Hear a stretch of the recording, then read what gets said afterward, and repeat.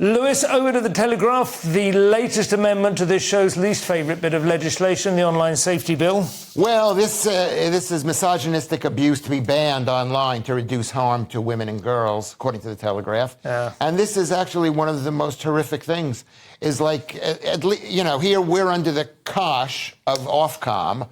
We're basically controlled.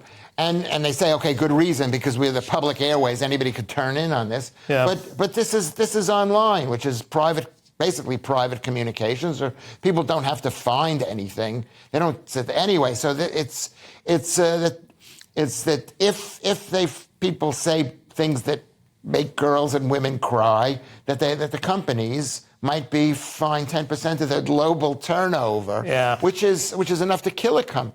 And this is we're a small. Yeah, it could be their margin. Ed, you're right. It could be their margin. And one more thing, Simon, is like, what would abusive things get sent in the mail too, in the post? Should they fine the Royal Mail? Well, it's got the King's head on the stamp. Yeah. Should they go to him? Yeah, I know what you mean. I suppose that's a comparison more to do with WhatsApp, the way of sending a message. The argument about some platforms like Twitter is that you are technically a broadcast platform.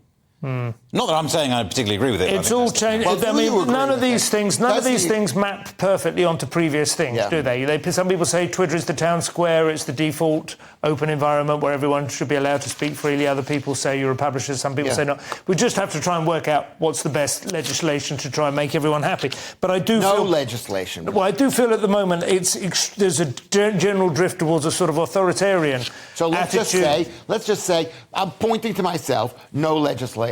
Okay.